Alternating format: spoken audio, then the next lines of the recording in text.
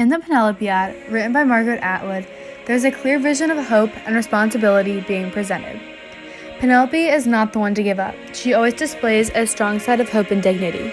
She is happily married to her love Odysseus. They have a son named Telemachus who is born like both of his parents. He has a strong bullseye like his father and a loving personality filled with faith and strength from his mother.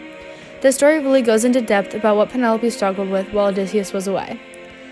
When Telemachus was young, his father left to go fight in the Trojan War. However, that war led into an adventure for Odysseus, who was gone for more than 20 years. Every day, Telemachus and Penelope struggled with the thought of Odysseus being dead. No one knew where he was, and everyone surrounding Penelope and Telemachus had zero hope that Odysseus was coming home. Everyone said that he was dead. However, Penelope has this feeling in her heart that he is not dead, and he is truly out there fighting to get home.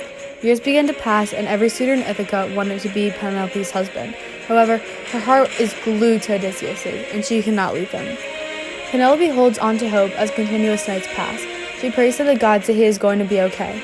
As soon as she realizes that she needs to find a new spouse, she makes a deal with the suitors. She says that she will choose her husband the day she is done weaving a piece of cloth. However, she is not giving up that easily. She lied to the suitors. At night, she undoes all of the weaving that she has done that day to give Odysseus more time to return home. Penelope's plan worked for a while, but as time went on, the suitors became suspicious. One night they caught her in action of undoing all of her weaving, and they were furious. But Penelope makes a good point in the text by saying, "But I had not been attempting to catch men like flies. On the contrary, I'd merely been trying to avoid entanglement myself," page 119. Penelope makes a strong point in this quote. She wants to be able to live her life lingering with the hope that her loved one would return. She should not have to listen to the suitors and have them push her into something that she is not ready for. She is deeply in love with Odysseus and will be until she knows for a fact that he is dead. Continuing on, Telemachus shows a true side of responsibility. As Odysseus has to leave his wife, Telemachus needs to take care of his mother. He talks to different gods about his father's health and does everything he can to make his mother feel safe. This is not an easy job for a young boy to do. In the text it states, he then said he'd make the decision he's had to make. He had gone in search of his father, since no one else seemed prepared to lift a finger in that direction. He claims his father would have been proud of him for showing some backbone and getting out from under the thumbs of the woman who, as usual, being over-emotional and showing no reasonableness and judgment. By the woman, he meant me. How could he refer to his own mother as woman? Page 128.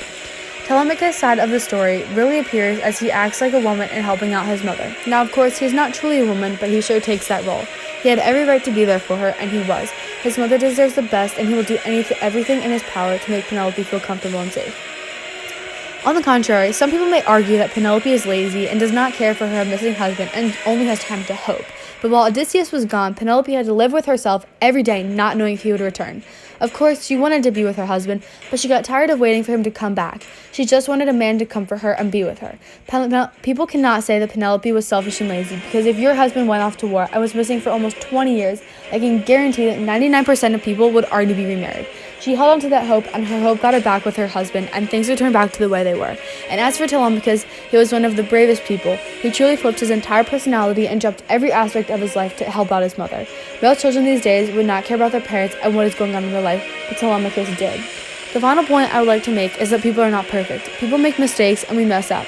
People are just like water. According to the text, water does not resist. Water flows. When you plunge your hand into it, all you feel is a caress. Water is not a solid wall. It will not stop you, but water always goes where it wants to go, and nothing in the end can stand against it. Page 43.